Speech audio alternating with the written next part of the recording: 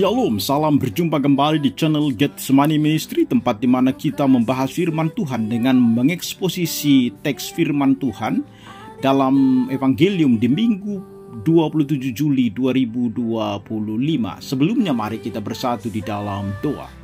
Bapa kami yang di surga, kami bersyukur atas kasih dan kehadiran-Mu di dalam seluruh kehidupan kami. Kami rindu Engkau membimbing kami supaya kami dapat memahami kebenaran firman-Mu dan supaya kami dapat menghidupi firman-Mu dengan iman dan ketaatan. Dalam Kristus Yesus Tuhan kami berdoa. Amin. Firman Tuhan bagi kita diambil dari kitab Kejadian pasal 18 ayat 22 sampai dengan 33. Lalu berpalinglah orang-orang itu dari situ dan berjalan ke Sodom, tetapi Abraham masih tetap berdiri di hadapan Tuhan. Abraham datang mendekat dan berkata, "Apakah engkau akan melenyapkan orang benar bersama-sama dengan orang fasik? Bagaimana sekiranya ada 50 orang benar dalam kota itu? Apakah engkau akan melenyapkan tempat itu dan tidakkah engkau mengampuninya karena ke-50 orang benar yang ada di dalamnya itu? Jauhlah kiranya daripadamu untuk berbuat demikian, membunuh orang benar bersama-sama dengan orang fasik, sehingga orang benar itu seolah-olah sama dengan orang fasik. Jauhlah kiranya yang demikian daripadamu, masakan hakim segenap bumi tidak menghukum dengan adil?" Tuhan berfirman, "Jika kudapati 50 orang benar dalam kota Sodom, aku akan mengampuni seluruh tempat itu karena mereka." Abraham menyahut, "Sesungguhnya aku telah memberanikan diri berkata kepada Tuhan, walaupun aku debu dan abu, sekiranya kurang 5 orang dari ke-50 orang benar itu, apakah engkau akan memusnahkan seluruh kota itu karena yang 5 itu?" Firman-Nya, "Aku tidak akan memusnahkannya jika kudapati 45 di sana." Lagi Abraham melanjutkan perkataannya kepadanya, "Sekiranya 40 didapati di sana," firman-Nya, "aku tidak akan berbuat demikian karena yang 40 itu." Katanya, "Janganlah kiranya Tuhan murka kalau aku berkata sekali lagi, sekiranya 30 didapati di sana." Firman-Nya, "Aku tidak akan berbuat demikian jika kudapati 30 di sana." Katanya, "Sesungguhnya aku telah memberikan diri berkata kepada Tuhan, sekiranya 20 didapati di sana."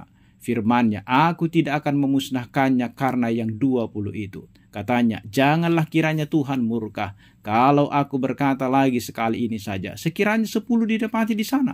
Firman-Nya, "Aku tidak akan memusnahkannya karena yang 10 itu."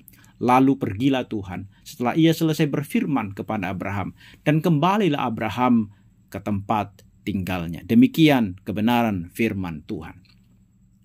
Saudara-saudari sekalian, pernahkah kita membayangkan berada di hadapan Sang Pencipta alam semesta ini?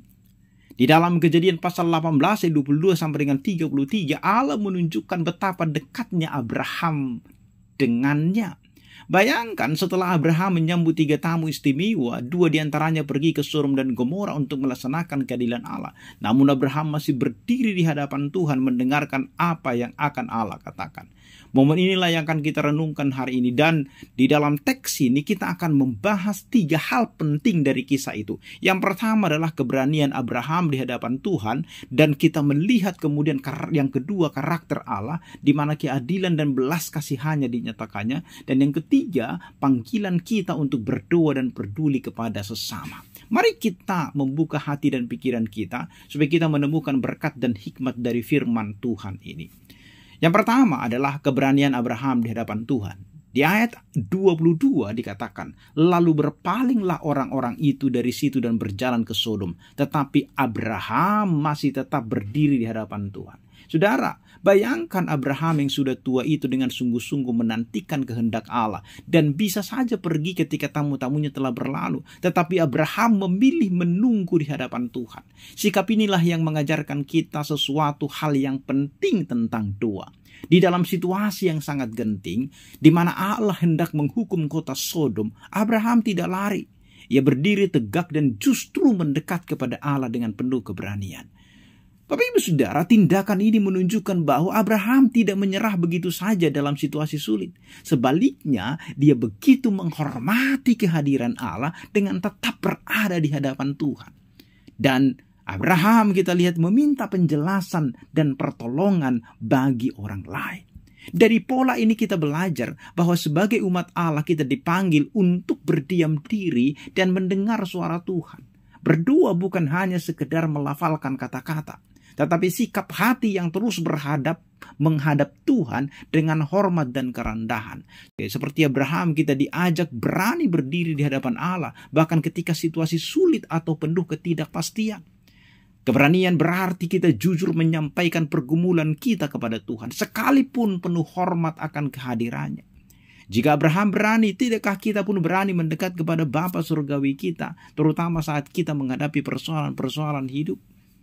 Mari kita berani menghadap Tuhan, karena Tuhan kita adalah Tuhan yang pasti akan mendengarkan seruan kita. Jangan kita akhirnya ketika kita diperhadapkan dengan apapun di dalam dunia kita malah berdiam diri dan kemudian jatuh di dalamnya. Tetapi marilah datang kepada Tuhan dengan penuh keberanian karena kita adalah anaknya.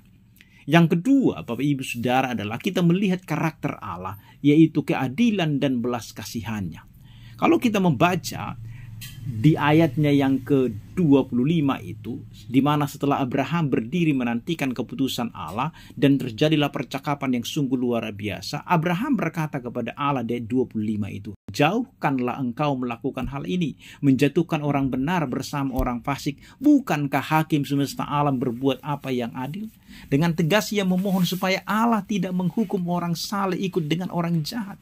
Abraham percaya sepenuhnya bahwa hati Allah dan Allah itu adalah hakim adil atas seluruh bumi. Ia yakin Allah tidak akan bertindak tidak adil. Inilah poin kedua yang penting, di mana Allah yang berfirman kepada Abraham adalah Allah yang adil dan penuh dengan belas kasih. Ketika Allah hendak menghukum Sodom karena dosanya sudah sangat besar, Abraham yakin Allah tidak akan menghukum orang benar bersama-sama dengan orang jahat. Inilah hakikat keadilan Allah. Dia selalu melakukan apa yang benar. Allah tidak pernah menyamakan orang saleh dengan orang fasik. Dan kita membaca berikutnya di dalam teks ini, bagaimana terjadi dialog tawar-menawar yang menakjubkan. Abraham bertanya, "Anda di Sodom itu ada 50 orang benar, apakah Tuhan akan memusnahkannya?" Dan Tuhan berkata, "Tidak, demi 50 orang benar itu aku tidak akan menghancurkan kota itu." Tetapi kemudian Abraham tidak berhenti di situ. Dia tawar lagi, bagaimana kalau ada 45 orang benar di sana? Atau bagaimana kalau ada 40, 30, 20? Dan setiap kali Abraham menawar, Tuhan menjawab tegas bahwa demi angka itu, ia tidak akan membinasakan kota itu. Hingga akhirnya Abraham bertanya tentang 10 orang benar. Tuhan pun menjawab, "Demi 10 orang benar itu aku tidak akan memusnahkan kota itu." Di ayat 32 itu. Allah menanggapi setiap permohonan Abraham. Ia tegaskan bahwa 10 orang benar saja itu sudah cukup untuk menahan murkanya. Ini menunjukkan bahwa Allah itu begitu besar kemurahannya, melebihi hitung-hitungan daripada logika berpikir kita. Dan dari dialog ini kita belajar dua hal tentang Allah, Bapak Ibu Saudara. Pertama, Allah tidak pernah menutup telinga terhadap permohonan anak-anaknya. Dia tidak hadir sebagai raja yang jauh di atas tahta, melainkan dia hadir sebagai Bapa yang peduli dan rela diajak berbicara hati ke hati. Bukankah Yesus sendiri berkata bahwa Bapa kita di sorga selalu mendengarkan anak-anaknya yang memanggil dia? Dan yang kedua kita pelajari dari bagian yang kedua ini adalah belas kasihan Allah sungguh luar biasa. Sekecil apapun jumlah orang saleh, Allah tidak ingin menghapuskan kesempatan mereka. 10 orang benar saja cukup baginya untuk menunda murkanya. Dan perlu kita ingat juga, keberanian Abraham menyampaikan keraguannya itu dilandasi oleh iman yang teguh. Ia menegaskan hakim semesta alam pasti berlaku adil, ayat 25 itu. Artinya Abraham yakin Allah akan melakukan keadilannya secara sempurna. Iman seperti inilah yang kemudian menggerakkan Abraham, di mana iman itu adalah iman yang percaya penuh akan karakter Allah. Bahkan Allah tidak mungkin melanggar karakternya. Bahwa dia Allah yang adil, maka dia pasti akan berlaku adil. Karena itu sifat Allah. Sehingga itulah yang kemudian mendasari Abraham tidak takut berdialog dengan Allah. Allah pun turut menaruh kepedulian kepada orang-orang yang lemah. Dalam pewartaannya, Yesus menggambarkan orang-orang tersesat seperti domba-domba yang tidak bergembala dan ladang yang siap dituai di Matius 9:36-38. Dan dari bagian ini kemudian Allah melihat Sodom seperti kawanan domba tanpa penggembala, atau ladang jiwa yang penuh dengan kebutuhan. Sama seperti Yesus mengajak muridnya berdoa agar Tuhan mengirimkan pekerja ke ladang itu, Allah mengundang Abraham dan juga tentunya kita semua untuk memanjatkan doa syafaat bagi mereka yang tersesat. Allah merasakan beban hati umatnya dan mengajarkan kita untuk merasakan hal yang sama, yaitu bahwa di balik keadilan Allah ada belas kasihannya kepada orang berdosa. Dan itu yang dilakukan oleh Allah lewat Yesus Kristus, sehingga Yesus harus mati di kayu salib karena belas kasihannya kepada orang-orang berdosa. Dan yang ketiga, yang terakhir adalah panggilan kita, yaitu berdoa dan peduli. Poin ketiga ini menantang kita bertindak. Kisah Abraham mengajak kita menjadi pribadi yang berani berdoa bagi sesama. Abraham telah menjadi pendoa syafaat pertama yang dicatat oleh Alkitab. Kita pun dipanggil menjadi imam-imam kecil yang mendoakan bangsa, lingkungan di mana kita tinggal. Rasul Paulus menasihati jemaat di Efesus, naikkanlah permohonan, doa syafaat dan ucapan syukur untuk semua orang dalam 1 Timotius 2:1. Artinya kita harus berdoa bukan hanya untuk diri sendiri, tetapi juga untuk keselamatan dan kebaikan banyak orang, termasuk para pemimpin bangsa. Bapak Ibu Saudaraku yang terkasih, marilah kita tanya, apakah kita peduli pada kondisi sekitar kita? Bagaimana bangsa kita hari ini? Pernahkah kita mendoakan bangsa dan negara kita? Abraham peduli pada Lot yang tinggal di Sodom. Ia juga peduli kepada seluruh penduduk kota yang berdosa itu. Ia tidak tega membiarkan mereka binasa tanpa ada usaha yang mereka lakukan. Ia terus-menerus memohon belas kasihan Allah demi mereka semua. Kisah ini mengingatkan kita bahwa mendoakan orang lain itu akan membawa dampak yang nyata. Dan perhatikan Bapak Ibu Saudaraku yang terkasih, janji Allah untuk menahan murkanya berbuah nyata bagi Lot. Ketika kehancuran akhirnya terjadi, dan kita bisa baca di Kejadian pasal 19, hanya Lot dan keluarganya yang terlepas selamat. Disebut bahwa Allah ingat Abraham dan meluluskan Lot itu di pasal 19 ayat 29. Dan doa Abraham telah menyelamatkan Lot, meskipun hanya sedikit yang terselamatkan. Hal ini mengajarkan tidak ada doa yang sia-sia di mata Allah. Siapa tahu doa kita mencegah sebuah kehancuran atau menyelamatkan nyawa, bahkan jika hanya satu orang saja. Belas kasihan kita juga harus melampaui diri sendiri. Mungkin di sekitar kita ada saudara, tetangga, atau teman yang belum mengenal Tuhan dengan benar. Mari kita doakan mereka seperti Abraham mendoakan Sodom. Jangan pernah remehkan keberadaan satu atau dua orang beriman pun. Sesuai janji Allah, demi 10 orang benar itu, bahkan sedikit iman sudah cukup baginya untuk menaruh belas kasihannya. Satu keluarga yang berdoa, satu gereja kecil yang setia, semua itu dapat membuat perbedaan di hadapan Allah.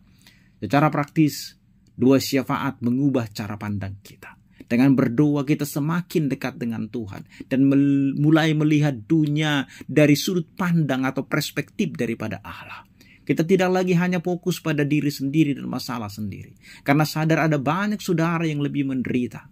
Hati kita menjadi meluas. Hati kita tidak menjadi hati yang egois. Dan kita pun belajar bersyukur atas berkat yang ada.